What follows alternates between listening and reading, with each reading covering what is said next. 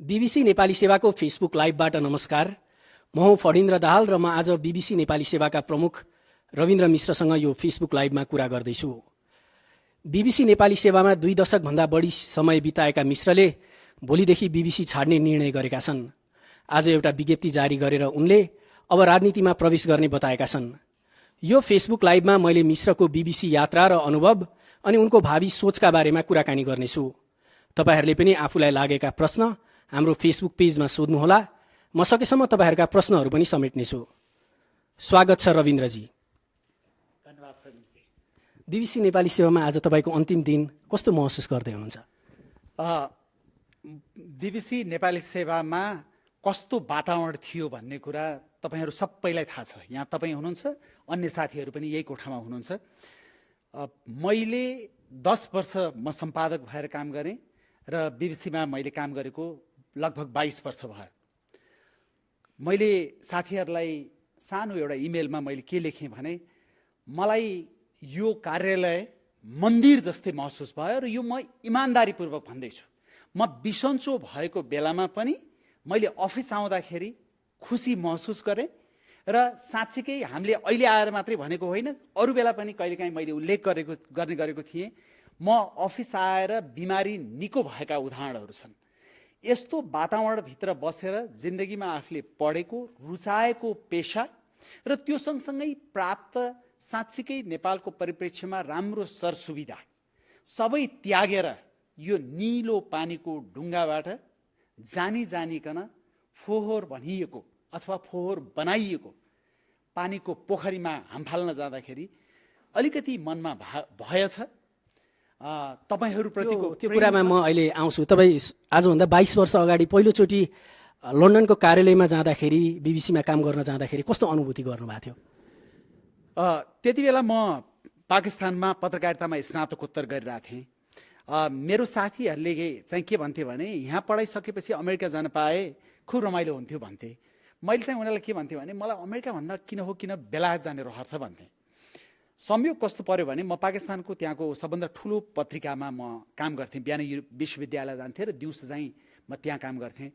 अनि मलाई चाहिँ त्यति बेला पाकिस्तानको निर्वाचनको बारेमा रिपोर्ट गर्न भनेर त्यति बेलाका बीबीसी नेपाली सेवाका प्रमुख खगेन्द्र नेपालीले मलाई भन्नुभयो र मैले रिपोर्टिङहरू गरेँ। उहाँहरू असाध्यै प्रभावित हुनुभएको थियो र पछि मलाई एउटा जाँच लिन्छु, जाँच लिएपछि त्यो जाँच राम्रो भयो भने लन्डन काम गर्न आउने हो 6 महिनाको लागि भनेर भनियो। भनेपछि म असाध्यै नै उत्साहित भएँ, किनभने म नेपालबाट सबभन्दा पहिला विदेश गएको भनेकै पाकिस्तान गएको थिएँ। मैले देखेकै त्यति थियो।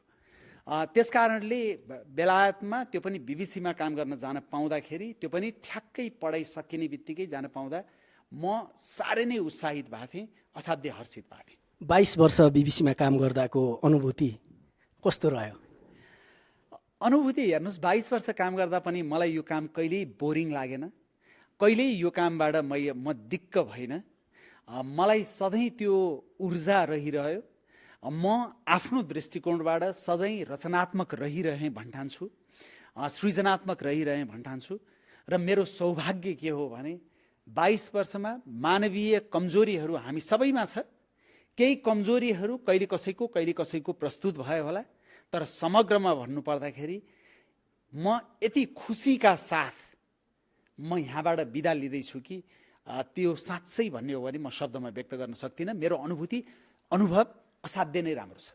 अब तपाईँ बीबीसीमा काम गर्न थालेपछि नेपालमा एक खालको द्वन्द्व सुरु भयो, त्यसपछि दरबार हत्याकाण्ड भयो, त्यसपछिका वर्षहरूमा अझ कयौँ राजनीतिक उथलपुथलहरू भए। त्यसबेला लन्डनमा बसेर समाचारमा काम गर्दाको अनुभव के छ? लन्डनमा बसेर काम गर्दाखेरि यहाँको जस्तो थिएन। पहिला केदारमान सिंह जति बेला संवाददाता हुनुहुन्थ्यो, उहाँले हातले लेखेर अथवा टाइप गरेर फ्याक्स गरेर समाचार पठाउनुहुन्थ्यो अनि उहाँले अङ्ग्रेजीमा पठाउनुहुन्थ्यो, हामीले त्यहाँ बसेर अनुवाद गर्थ्यौँ। त्यसपछि त्यो अलिकति परिवर्तन भयो। सुशील शर्मा आउनुभयो, उहाँ एकदमै खारिएको गजबको पत्रकार। उहाँले रिपोर्टिङहरू गर्न थाल्नुभयो, त्यसले अर्को रूप दियो। अनि लन्डनमा बस्दाखेरि स्वाभाविक रूपमा त्यो टिम असाध्यै सानो थियो। 4जना हामी थियौँ र 1जना यहाँ संवाददाता हुनुहुन्थ्यो जो धेरै जसो समय घरमा बसेर काम गर्नु पर्थ्यो, हाम्रो प्रपर अफिस थिएन। अब त्यो स्थितिमा हामीले जे सक्थ्यौँ त्यति बेला त्यही गऱ्यौँ र त्यो पनि असाध्य लोकप्रिय थियो। तर पछि चाहिँ जब हामी अलिकति ठुलो हुँदै गयौँ, तपाईँहरू जस्ता व्यक्तिहरू बिबिसीसँग जोडिन आएपछि यो बिबिसीको शक्ति यसरी बढ्यो कि हामी यत्रो भाइब्रेन्ट मार्केटमा, यति धेरै प्रतिस्पर्धा भएको बजारमा बेलुका आधा घन्टा र बिहान 15 मिनट मात्रै काम गर्छौँ, तर हाम्रो श्रोता सङ्ख्या 60 लाख छ।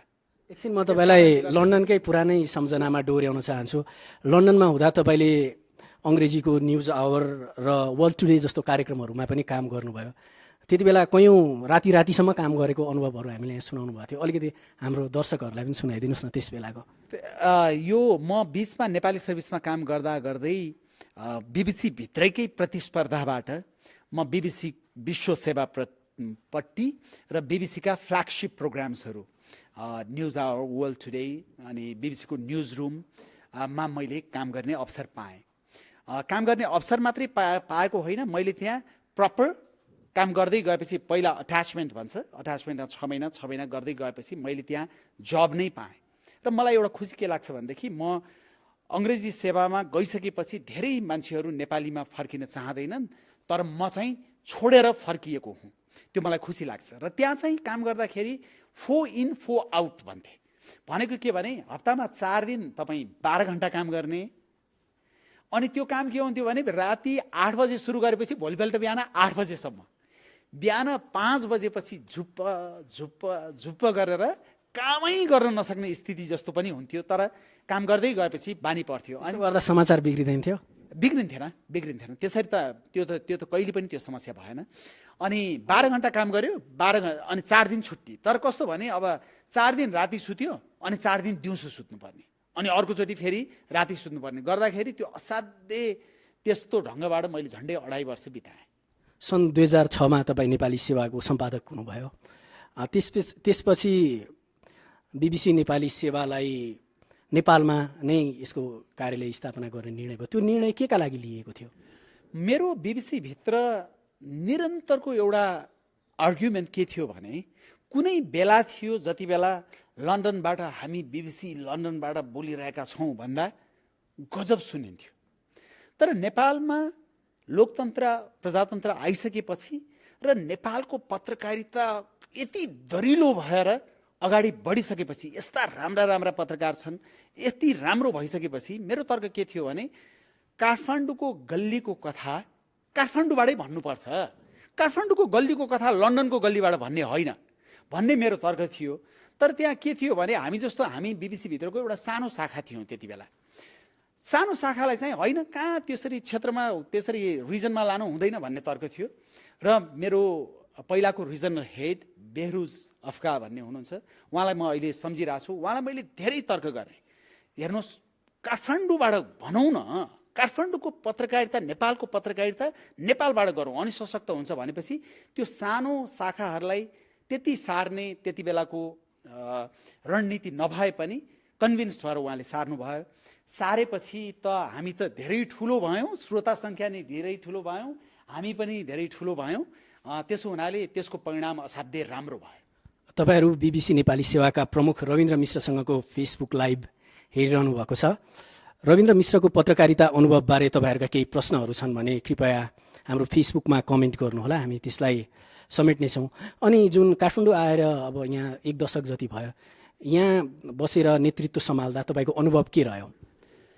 यहाँ बसेर नेतृत्व सम्हाल्दाखेरि मलाई नेतृत्व भनेको वास्तवमा भन्ने हो भने त्यो संयोजनकारी भूमिका खेल्ने, व्यवस्थापकीय भूमिका खेल्ने, नीतिगत रूपमा अलिकति एउटा नीति निर्देशन दिने, दिशा निर्देश दिने व्यक्ति हो। पहिलाभन्दा लन्डनभन्दा फरक के भयो? लन्डनभन्दा फरक त हेर्नुहोस्, अब यहाँ आएर यहाँको धुलो धुवाँ, यहाँको त्यो धुलो धुवाँ मात्रै छैन, त्यो धुलो धुवाँमा राजनीति छ, समाज छ, त्यो धुलो धुवाँमा यहाँको भ्रष्टाचार छ, यहाँको सदाचार छ, यहाँ सबै छ। त्यो सबै तपाईँले अनुभूत गरेर निस्किने अभिव्यक्ति मलाई लाग्छ लन्डन बसेर निस्किने अभिव्यक्तिभन्दा धेरै दरिलो हुनुपर्थ्यो र भयो जस्तो लाग्छ। त्यसमा पनि तपाईँहरू सबै जोडिएपछि त म एउटा पात्र मात्रै बने, तपाईँहरूले जे गर्नुभयो त्यसको लागि कहिलेकाहीँ श्रेय मैले पाएँ, तर गर्न त तपाईँहरूले गर्नुभयो। त्यो तपाईँसँगै काम गर्दा अब विनाशकारी भूकम्पको एउटा ठुलो प्राकृतिक विपत्ति पनि हामीले खेप्नु पर्यो।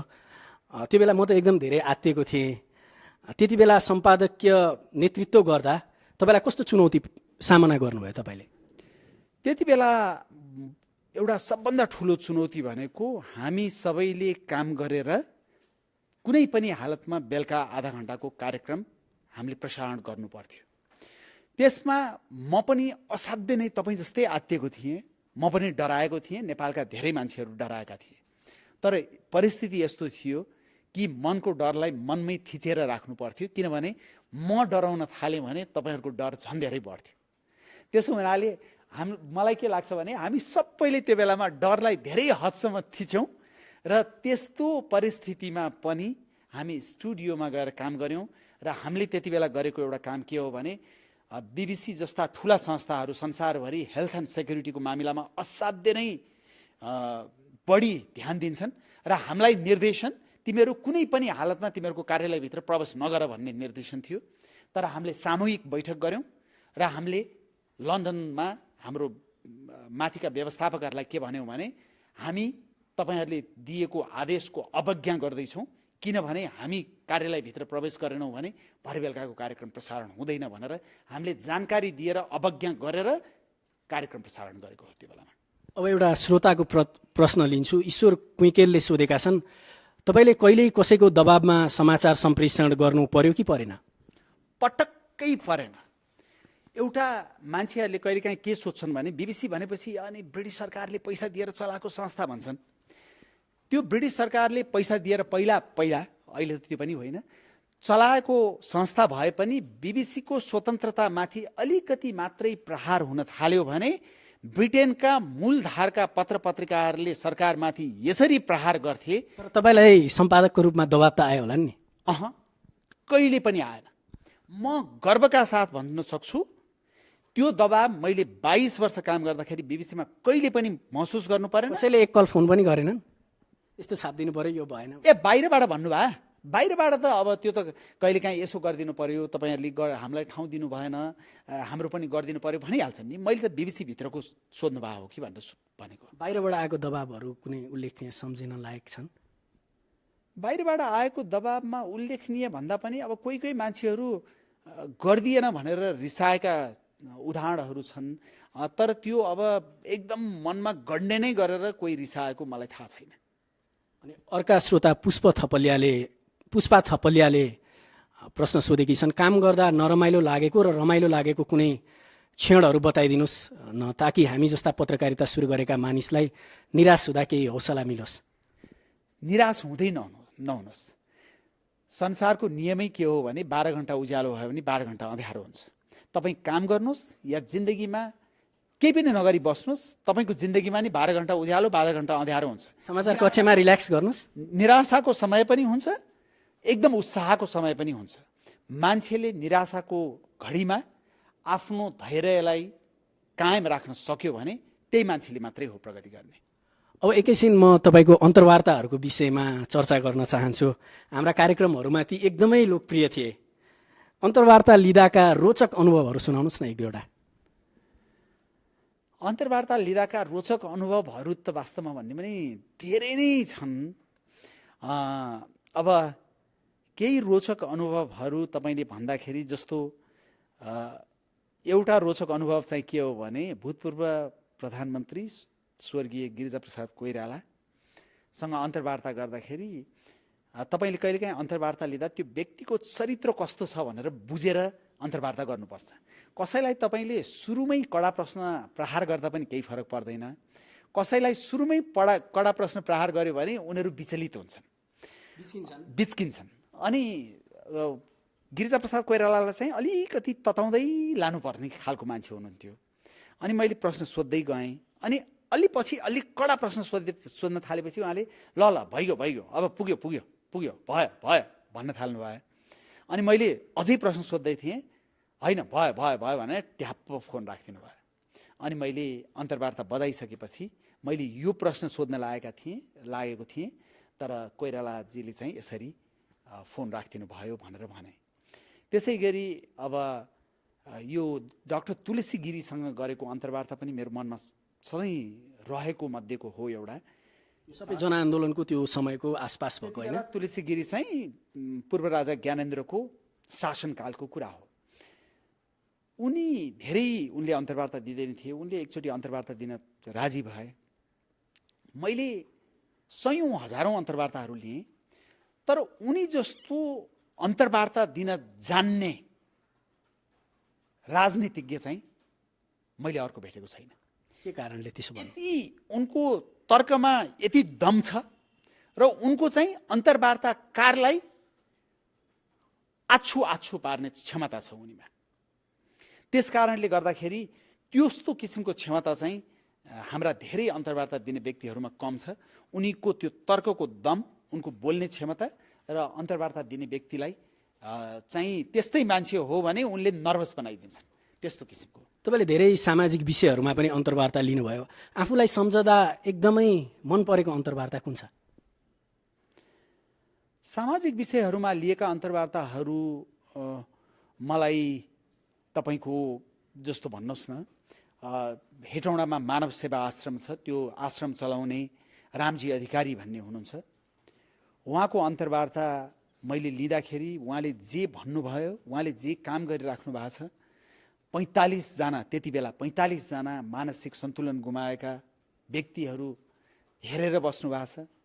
बाटोमा फालिएका बालिकाहरू हेरेर बस्नु भएको छ। 27 वर्षको एकजना यङ मान्छे, उहाँले जे भन्नुभयो र त्यसपछि उहाँले जस्तो प्रतिक्रिया प्राप्त गर्नुभयो र जस्तो सहयोग प्राप्त गर्नुभयो त्यो म बिर्सिन्न। त्यसै गरी मैले अन्य त्यस्ता व्यक्तिहरूको अन्तर्वार्ता ल्याएको छु, त्यो बिर्सिन्न। हाम्रो भाटबटिनीका अरबपति व्यवसायी मिनबहादुर गुरुङ, उहाँ एकचोटि अन्तर्वार्ता दिन हाम्रो स्टुडियोमा आउनुभयो। स्टुडियोमा आएर अन्तर्वार्ता सुरु गर्नु पाएको छैन, साँच्चीकै घुवा आँसु निकालेर रोइदिनु भयो। अब टेलिभिजनमा भए त तपाईँको आँसु निकालेर रोएको देखिन्छ, अब रेडियोमा त अनि फेरि उहाँले के गरिदिनु भयो भने यो माइक्रोफोनबाट यसरी मुख छोपेर रोइदिनु भयो। भनेपछि माइक्रोफोनले क्याच पनि गरेन, तर त्यो उहाँको भावनाको प्रबल अभिव्यक्ति थियो, त्यो श्रोतालाई कन्भे गर्नु मेरो जिम्मेवारी थियो। के गर्ने, कहिले पनि त्यस्तो स्थितिको सामना गरेका छैन नि, त्यो त अनायासै हुन गयो। के गर्ने भनेपछि मैले, हामीसँग टेक्निकल म्यानेजर हुनुहुन्थ्यो, उहाँलाई चाहिँ फेडर अफ नगर्नुहोस् भनेर भने र उहाँ रुँदै गर्दा मैले डिस्क्राइब गर्दै गएँ। मैले देखिरहेको छु तपाईँको आँखामा आँसु आइराखेको छ, मैले देखिरहेको छु तपाईँलाई थाम्न गाह्रो भइराखेको छ, एकछिन समय लिनुहुन्छ अथवा एकछिन धैर्य गर्नुहोस्, ठिक छ, अनि हामी फेरि ताकि श्रोतालाई जानकारी भयो कि उहाँ चाहिँ रुँदै हुनुहुँदो रहेछ भन्ने जानकारी भयो। अब त्यस्ता किसिमका घटनाहरू छन्। अब भूमिगत छँदै प्रचण्डको पहिलो अन्तर्वार्ता पनि तपाईँले नै लिनुभएको हो, त्यो कसरी सम्भव भएको थियो? त्यो उहाँहरूको एउटा इमेलबाट उहाँहरूले सधैँ इमेल पठाइराख्नुहुन्थ्यो र उहाँहरूले चाहिँ बिबिसीलाई उपयोग गर्न चाहनुहुन्थ्यो। अनि त्यसै क्रममा उहाँहरूले मलाई पहिला पनि सम्पर्क गर्नुभयो। म बिबिसी वर्ल्ड सर्भिसपट्टि काम गर्थेँ त्यति बेला। उहाँहरूले अन्तर्वार्ता दिन चाहनुभयो र मलाई लाग्छ यो बिबिसीमा माओवादीहरू भूमिगत हुँदा सबभन्दा पहिला अन्तर्वार्ता चाहिँ दीनानाथ शर्माजीको गरिएको हो। अनि त्यसपछि अरू एक दुईवटा अन्तर्वार्ताको लागि पनि उहाँहरूले मलाई नै सम्पर्क गर्नुहुन्थ्यो।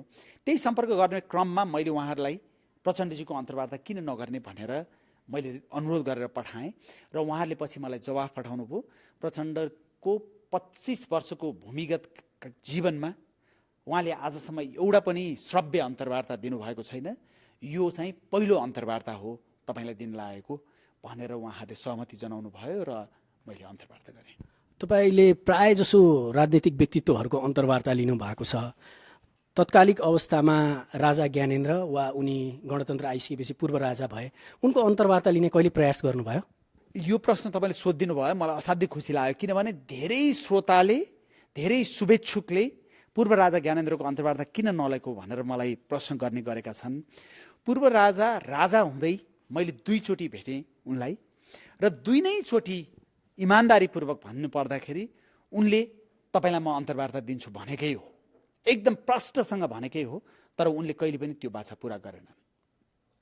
हाम्रो अर्को प्रतिक्रिया आएको छ। राजकुमार थापाले सोध्नु भएको छ, रविन्द्र मिश्रले राजनीति सुरु गरेपछि नेपाली पत्रकारिताले राम्रो व्यक्ति गुमाउँछ नि, त्यो घाटा कसरी पूर्ति होला? राजनीति र पत्रकारिता सँगै गरे हुन्न?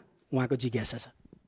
अनि रविन्द्र मिश्रले पत्रकारिताबाट राम्रो व्यक्ति गुमाएर राजनीतिमा यदि एउटा राम्रो व्यक्ति पायो भने तपाईँ खुसी हुनुहुन्न भनेर सोधिदिनुहोस् न उहाँलाई एकचोटि।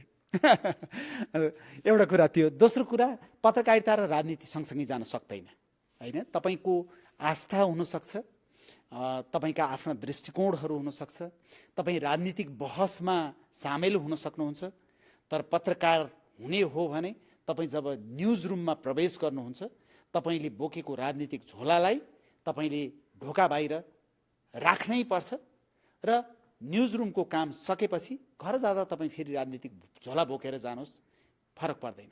तर तपाईँले जब त्यो राजनीतिक झोलालाई न्युज रुममा प्रवेश गराउनुहुन्छ त्यसपछि समस्या सुरु हुन्छ। प्रकाश सुनारले प्रश्न सोध्नु भएको छ। तपाईँको प्रश्न सोध्ने तरिका एकदमै राम्रो छ। तपाईँको प्रेरणाको स्रोत को हो? प्रेरणाको स्रोत नै भन्ने हो भने यहाँ नेपालमा कतिपयले हेर्नु भएको छैन।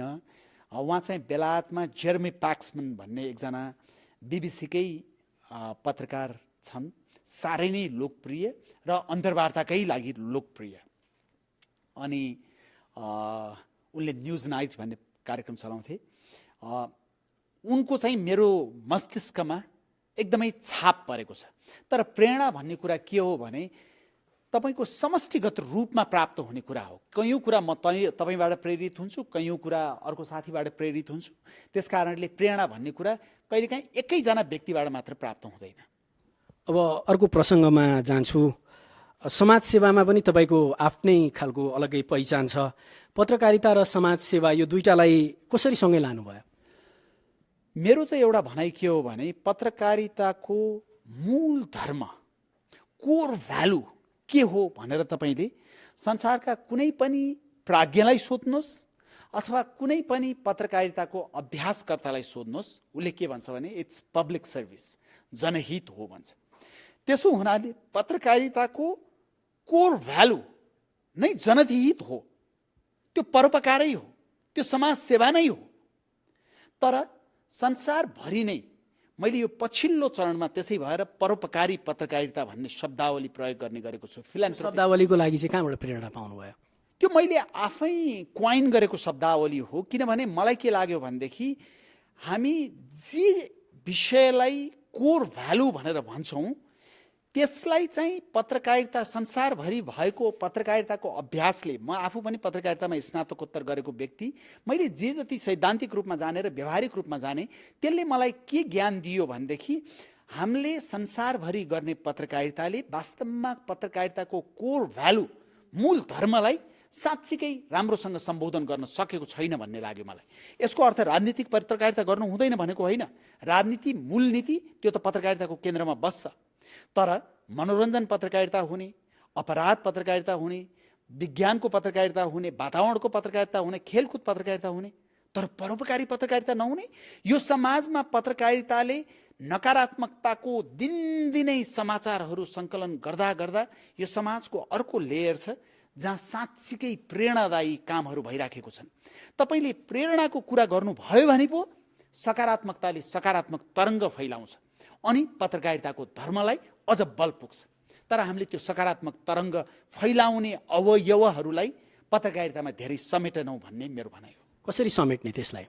त्यसको लागि हामीले जसरी पत्रकारिताका विभिन्न बिटहरू निर्माण गरेका छौँ, खेलकुद बिट छ, वातावरण बिट छ, होइन, सामाजिक बिट छ। मेरो भनाइ चाहिँ के हो भने ठुल्ठुला पत्रकारिताका घरहरूले अब साँच्चीकै परोपकारी बिट पनि राख्नु पर्यो, जसले समाजमा राम्रा कथा मात्रै, सकारात्मक कथा मात्रै खोजेर ल्याउन् र त्यसलाई हाइलाइट गरून्। त्यसो भएपछि राम्रो हुन्छ। परोपकार भनेको कुनै पैसा दिने मात्रै परोपकार होइन। परोपकारलाई कतिपय मान्छेहरूले पैसासँग लगेर जोड्छन्, त्यो होइन। परोपकार भने मानवीय संवेदनालाई प्रवर्धन गर्ने एउटा तरिका हो। अब अर्को एउटा प्रश्न सोध्छु म। तपाईँले नेताहरूलाई प्रश्न सोद्धा तपाईँ प्रधानमन्त्री हुन राजनीति गरेको हो भनेर बारम्बार सोध्नुहुन्थ्यो अनि नेताहरूले होइन देशको सेवाका लागि हो भन्थे। अब भन्नुहोस् तपाईँले प्रधानमन्त्री हुनका लागि राजनीति गर्न लागेको हो, प्रधानमन्त्री नभइकन देशको सेवा गर्न मिल्छ कि मिल्दैन? तपाईँले मैले जस्तै कडा प्रश्न सोध्या हो?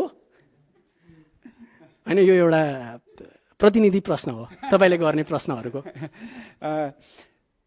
हामीले अहिले मैले राजनीतिमा प्रवेश गर्छु भनेको छु, तर आज म धेरै राजनीतिक कुरा यहाँ गर्न चाहन्न।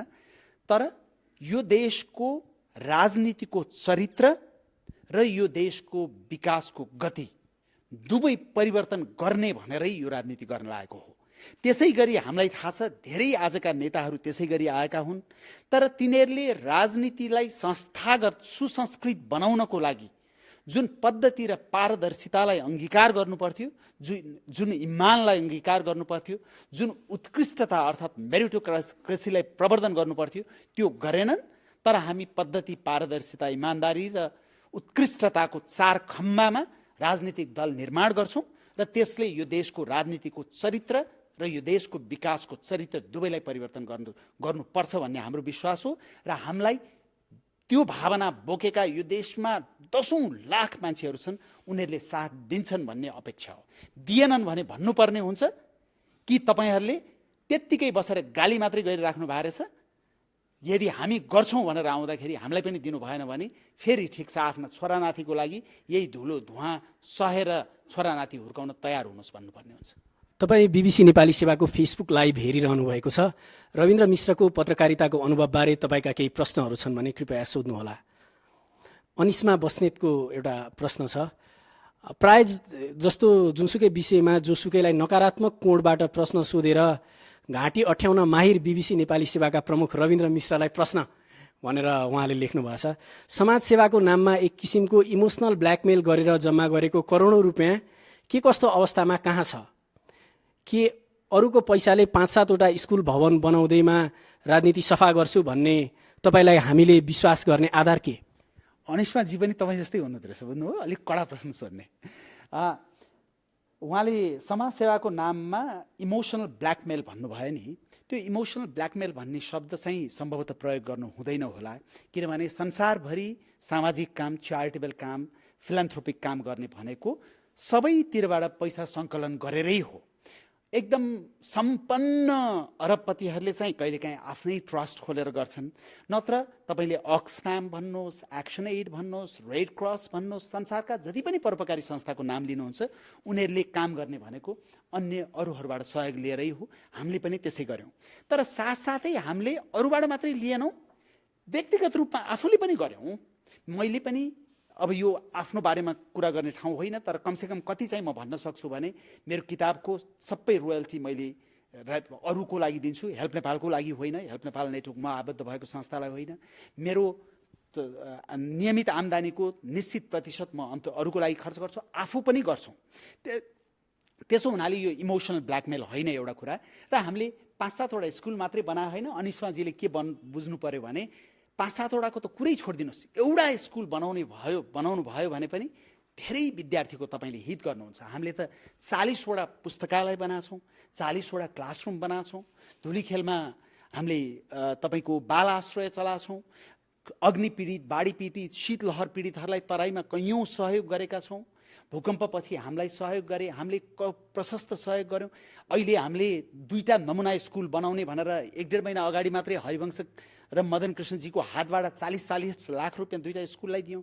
त्यसो हुनाले हामीले सबै राम्रोसँग गरेको छौँ। र उहाँलाई मैले त्यो पैसाबाट उठाएर कहीँ हिनामिना गरेँ कि जस्तो लाग्छ भने 2टा कुरा भन्न चाहन्छु। एउटा कुरा चाहिँ उहाँ हेल्प नेपाल नेटवर्कको वेबसाइटमा गएर अडिटेड रिपोर्ट हामीले जुन राखेका छौँ त्यो हेर्न सक्नुहुन्छ। दोस्रो कुरा, मैले चुनौतीका साथ कतिपय व्यक्तिहरूलाई भन्ने गरेर के हो भने मैले एकचोटि मेरी आमाको कसम भन्ने लेख सेतो पार्टीमा लेखेँ र मैले अन्त्यमा के लेखेँ भने आजसम्म मैले 1 पैसा भ्रष्टाचार गरेको भए र परोपकारको लागि उठाएको पैसाबाट 1 पैसा त के आधा पैसा पनि हिनामिना गरेको भए आज मेरो आमाको मुख हेर्ने दिन र आमाको मुख हेर्ने दिनमै म भन्न चाहन्छु मेरी आमाको रगत पिए बराबरको पाप लागोस् र कसैले त्यसै गरी यसै गरी भन्न सक्छ भने उसँग मलाई आरोप लगाएकोमा चित्त दुख्ने छैन, उसलाई म सम्मान गर्नेछु भनेर भने र आज पनि म त्यो शानका साथ त्यो भन्न सक्छु। ठुलदाई नामक अर्का फेसबुक प्रयोगकर्ताले पनि प्रश्न गरेका छन्, उनको पनि अलिक कडै छ। राजनीति गर्ने के बुढो भएपछि मात्र हो रविन्द्रजी? उमेर छौन्जेल जागिर गर्नुभयो, अब कपाल फुल्यो, जागिरबाट रिटायर हुने बेला भयो, अनि राजनीति के राजनीति टाइम पास मात्र हो भनेर सोध्नु भएको छ उहाँले। यो मैले कडा प्रश्न गर्दा गर्दा श्रोताहरू पनि मबाट साह्रै प्रभावित भएर छन्, उनीहरू पनि कडा प्रश्न गर्ने भएका छन्। सबभन्दा पहिला त ठुलदाईलाई म के भन्न चाहन्छु भने तपाईँले मेरो सेतो कपाल देखेर यो फुलेकै हो भनेर कसरी थाहा पाउनु भयो? यो मैले रङ्गा पनि हुनसक्छ, अलि राम्रो देखिन, वर्ष पुग्नु भयो भन्दैन, क्लुनी जस्तो देखिन, रङ्गाको पनि हुनसक्छ होइन? त्यसो हजुर कति वर्ष भएँ भने म किन लाज मान्नु, म 51 वर्षको भएँ होइन? त्यसो हुनाले त्यो लाज मान्नुपर्ने कुरै छैन र 51 वर्षको मान्छेलाई बुढो भनिँदैन। बाइ द वे थाहा छ त मलाई? उहाँलाई त्यस्तो लागेछ। यो लाग्ने कुरा असाध्यै समस्याग्रस्त छ। त्यसलाई बुढो भए भन्दैनन् नि, भन्छन्। अब भन्छन्, भन्नुहोस् न। कपाल फुलेपछि हल्का बुढै भन्छन्। कपाल त मेरो धेरै चाँडोदेखि फुल्न थालेको, तपाईँको त फुल्न थालिसक्यो। मेरो छैन त्यस्तो।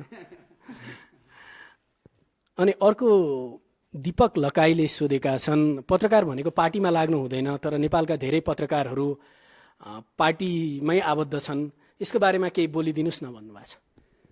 नेपालको सम्पूर्ण समाजलाई, नेपालको आम सर्वसाधारणको सम्पूर्ण मनोविज्ञानलाई राजनीतिले अपहरण गरेको छ, हाइज्याक गरेको छ। त्यस कारणले गर्दा जहाँसुकै जानुहोस् तपाईँले राजनीतिको छिर्का देख्न सक्नुहुन्छ। कतिसम्म भने तपाईँले सरकारी कार्यालयमा जाँदा 7वटा युनियनको युनियन बोर्ड देख्न सक्नुहुन्छ। यहाँका नेताहरू र यहाँका ठुला प्रशासकहरूले मलाई भनुन् कि संसारमा कुन चाहिँ विकास गरेको देशमा एउटा संस्थामा 7वटा युनियनको बोर्ड राखेर त्यो संस्थाले कहिले सकारात्मक काम गर्न सक्छ? सक्दैन। हो, त्यही कारणले गर्दाखेरि पत्रकारितामा पनि त्यसको असर परेको छ। अब त्यसलाई बदल्ने भनेको हामीले राजनीतिलाई शुद्धिकरण गर्न सक्यौँ भने मात्रै बदलिन्छ। शुद्धिकरण गर्न सकिँदैन मलाई भनेर नभन्नुहोस्, शुद्धिकरण गर्न सकिन्छ, तर प्रयास चाहिँ गर्नुपर्छ। जीवन गैरेले सोधेका छन्, राजनीतिमा लाग्ने सोच अचानक कहाँबाट आयो तपाईँमा? तपाईँको परिवारको प्रतिक्रिया कस्तो रह्यो? जीवन गैरीले अलिकति जीवनकै बारेमा सोधिदिनु भएको भए पनि हुन्थ्यो नि, उहाँले राजनीतिकै बारेमा सोध्नु भयो, केही छैन। त्यहाँ के खसेर आवाज आयो, त्यस हुनाले त्यो आवाज हाम्रो श्रोताले सुन्नुभयो भएदेखि पनि त्यो केही खस्या मात्रै हो, केही बिग्रिएको चाहिँ छैन। अनि जीवनजीले कहाँबाट आयो भनेर भन्नुभयो। राजनीतिको बारेमा चाहिँ अलिकति एक्सपोजर भएको, अलिकति एजुकेसन भएको, अलिकति इमान भएको, अलिकति विवेक भएको, शिक्षा भएको म भनेर भन्दिनँ। शिक्षाले विवेक दिँदैन, तर विवेकी मान्छे छ भने शिक्षा नभए पनि त्यसले राम्रो काम गर्छ। तपाईँले लेख त म भन्दैछु। त्यस कारणले त्यस्तो मान्छेहरू राजनीतिमा आउनुपर्छ भनेर चाहिँ मैले आजभन्दा 15-16 वर्षदेखि अगाडिदेखि भनेको रहेछु। र एउटा बिन्दुमा हामीसँग यहाँ जितेन्द्रजी श्रोताको प्रश्न टिपेर तपाईँलाई पास गर्दै हुनुहुन्छ, जितेन्द्र राउत हाम्रो सहकर्मी। उहाँले चाहिँ मेरो छोरा 2-3 वर्षको हुँदा के भन्नुभयो भनेदेखि, बुझ्नुभयो दाइ, यसलाई त आइटी पढाउनुपर्छ भन्नुभयो। त्यति बेला आइटीको जमाना थियो। त्यसपछि मैले सकेँ भने मेरो छोरालाई राजनीतिज्ञ बनाउँछु भनेर मैले लेख लेखेँ। त्यति बेला म नेपाल पत्रिकामा स्तम्भ लेख्थेँ। र मेरो भनाइ के हो भने, हामी राम्रा छोराछोरी भयो भने तिनलाई कि डाक्टर बनाउने, कि इन्जिनियर बनाउने, कि वर्ल्ड ब्याङ्कमा काम गराउने, कि युएनमा काम गराउने, कि ठुलो इन्भेस्टमेन्ट ब्याङ्कर बनाउने, कि वकिल बनाउने। अनि असल मान्छे राजनीति नगरेपछि राजनीति बिग्रियो भनेर अनि त्यही असल मान्छेहरू गुनासो गरेर बस्ने, त्यो त हामीले धेरै देख्यौँ। त्यसो हुनाले त्यस्ता मान्छे आउन् भनेर मैले धेरैचोटि लेखेँ। अघि एउटा बिन्दुमा हाम्रो अर्की सहकर्मी हुनुहुन्छ यहाँ, रमा पराजुली, उहाँको श्रीमान डाक्टर प्रतिष्वन्त त्यति बेला भर्खर अमेरिकाबाट पिएचडी गरेर आएको मान्छे, अनिखेरि धेरै काममा नेतृत्वदायी भूमिका खेल्नुहुन्थ्यो। मैले प्रतिष्वन्तलाई प्रतीक बनाएर प्रतिष्वन्तहरूले राजनीति किन नगर्ने भनेर पनि लेखेँ। त्यसो हुनाले धेरै अगाडिदेखि मैले त्यो लेखेको रहेछु, तर आफूले चाहिँ गरिने छु। अनि यस्तो बिन्दुमा आइपुगेँ जहाँ मलाई आफै नगरिकन चित्तै बुझेन। तर मेरा परिवारको, मेरो बुवा आमासँग मैले आशीर्वाद लिन जाँदाखेरि उहाँहरूलाई त्यति चित्त बुझेको होइन। तर मेरी आमाले चाहिँ के भन्नुभयो भने, बुवाले पनि आशीर्वाद दिनुभयो, तर मेरी आमाले के भन्नुभयो भने ठिक छ अब देशै बनाउँछु। मेरो आमा निरक्षर हुनुहुन्छ, उहाँले चाहिँ ठिक छ अब देशै बनाउँछु भनेका छौ, कुनै नराम्रो काम नगर्नु, घुस खाने, अरूलाई बिगार्ने काम नगर्नु, तिमी आफ्नो उद्देश्यमा सफल हौ भनेर आशीर्वाद दिनुभयो। ठ्याक्कै अहिले केही समय चाहिँ राजनीतिमा जाने भनेर निर्णय गर्नुको कारण चाहिँ के हो? त्यो लामो समयदेखि भित्रभित्रै उम्लिरहेको पानी छचल्किएर पोखिएको हो। किनभने यो गर्नुपर्छ भनेर मैले तर्क गर्न थालेको धेरै भयो। यो पटक अहिलेको समयमा पनि गरिएन भने फेरि अर्को त कहिले हुन्छ भन्ने भयो। त्यस कारणले विभिन्न परिस्थितिहरू अनुकूल नहुँदै पनि हामी केही साथीहरूले, मसँग जो साथीहरू हुनुहुन्छ उहाँहरू गजबको प्रतिबद्ध र इमान भएका साथीहरू हुनुहुन्छ, हामी सबैले के निर्णय गर्यौँ भने होइन अब चाहिँ जानै पर्छ भनेर निर्णय गर्यौँ। त्यस हुनाले हामीले निर्णय गरेको। नवराज आचार्य इजरायलबाट सोध्छन्, राजनीतिमा प्रवेश गर्दै गर्दा तपाईँको परोपकारिताको अनुभव समेटिएको चौथो पुस्तक कहिले आउँछ? अब अहिले पुस्तक आउँदैन, हेर्नुहोस् अब भ्याइँदैन। किनभने यो यति विशाल कामहरू गर्नुपर्नेछ। कुनै अर्को पार्टीमा प्रवेश गरेको भए सहज हुन्थ्यो, तर यो त ठुलो एउटा मसिन, ठुलो संस्था हामी सबैले मिलेर बनाउनु पर्ने हुनाले हालसाल अब लेखनको काम चाहिँ मलाई लाग्छ बन्द हुन्छ। केही दिन अघिसम्म पनि तपाईँले अन्तर्वार्ता दिँदाखेरि नेताहरूलाई एकदम अप्ठ्यारो प्रश्न सोध्ने गर्नुहुन्थ्यो। अहिले तपाईँले नै यहाँ सामना गर्नु पर्यो केही प्रश्नहरू। मानसिक र भौतिक रूपमा कस्तो तयारी गर्नुभएको छ पार्टी राजनीति गर्ने तयारी? अब मलाई धेरैले र्याखती पार्छन्, मलाई असिन पसिन बनाउँछन्। अहिले यो फेसबुक लाइभ हुनुभन्दा अगाडि पनि मलाई एकजना पत्रकारले बडो कठोर कडा प्रश्न सोध्नुभयो। त्यसमा म अभ्यस्त हुनुपर्छ। हाम्रा श्रोताहरू र यो फेसबुकबाट लाइभ हेरिरहेकोहरूलाई अरू कुरा केही तपाईँलाई भन्न मन छ? मलाई भन्न त धेरै कुरा मन छ, तर म आज धेरै कुरा भन्न चाहन्न। यो देशमा हामीले लामो समयसम्म 65-70 वर्षसम्म जे देख्यौँ, जे भोग्यौँ, यो जस्तो स्रोत साधन सम्पन्न देश, संसारमै यति स्रोत साधन सम्पन्न देश धेरै कम छ। यो अवधिमा हामीभन्दा धेरै प्रतिकूल स्थिति भएका एसिया र अफ्रिकाका धेरै देशहरू धेरै अगाडि बढे। उनीहरू सम्पन्न छन्, उनीहरूले हामीले खाएको जस्तो धुलो धुवाँ खानु पर्दैन। उनले हाम्रो जस्तो छोराछोरी, युवा छोराछोरीलाई विदेशमा बिक्री गर्नु पर्दैन। उनीहरूले हाम्रो जस्तो भ्रष्टाचार सहनु पर्दैन। हामी त्यो दलदलमा फस्यौँ र तपाईँले नै भनिहाल्नुभयो, म राजनीतिमा जानको लागि यो छोडेको बीबीसी भनेर अघि सुरुमै भनिहाल्नु भयो र धेरै अहिले बाहिर पत्रपत्रिकामा आइसकेको छ। र हाम्रो आत्माले चाहिँ एकदम पूर्ण प्रतिबद्धताका साथ त्यो परिस्थितिलाई हाम्रै जीवनकालमा परिवर्तन गर्न सकिन्छ भन्ने दृढताले हामी लाग्न लागेको छौँ। हामी सबैलाई उहाँहरूले साथ दिनुभयो भनेदेखि हामी आभारी हुनेछौँ र सबै मिलेर यो देश हाम्रै जीवनकालमा समृद्ध बनाउन सकिन्छ, रूपान्तरण गर्न सकिन्छ भन्ने मेरो विश्वास हो। यो फेसबुक लाइभमा सहभागी हुनुभएकोमा तपाईँलाई धेरै धन्यवाद। तपाईँलाई मेरो र सम्पूर्ण बीबीसी नेपाली सेवाको तर्फबाट धन्यवाद दिँदै यो फेसबुक लाइभबाट बिदा चाहन्छु। बिदा चाहनु अगाडि केही भन्न चाहन्छु? बिदा चाहनु अगाडि मैले पनि मेरा सम्पूर्ण साथीहरूलाई, मेरा श्रोता, देशभरि देश बाहिर रहेका श्रोता जसले मलाई यति धेरै सद्भाव व्यक्त गरे, यति धेरै प्रेम दिए, ती सम्पूर्ण मेरा सहकर्मी, बीबीसी संस्था र सम्पूर्ण साथीहरूप्रति म साँच्चीकै आभार प्रकट गर्न चाहन्छु। उहाँहरूले स्नेह नदेखाइदिएको भए आज म जे छु त्यो हुने थिएन। त्यसै कारणले उहाँहरूप्रति आभार व्यक्त नगरी म रहनै सक्दिनँ। तपाईँहरूलाई यो फेसबुक लाइभ कस्तो लाग्यो कृपया हाम्रो फेसबुक पेज, ट्विटर पेजमा प्रतिक्रिया पठाउनुहोला। अहिलेको लागि यो फेसबुक लाइभ यहीँ सकिएको घोषणा गर्छु। नमस्कार। मेरो पनि नमस्कार।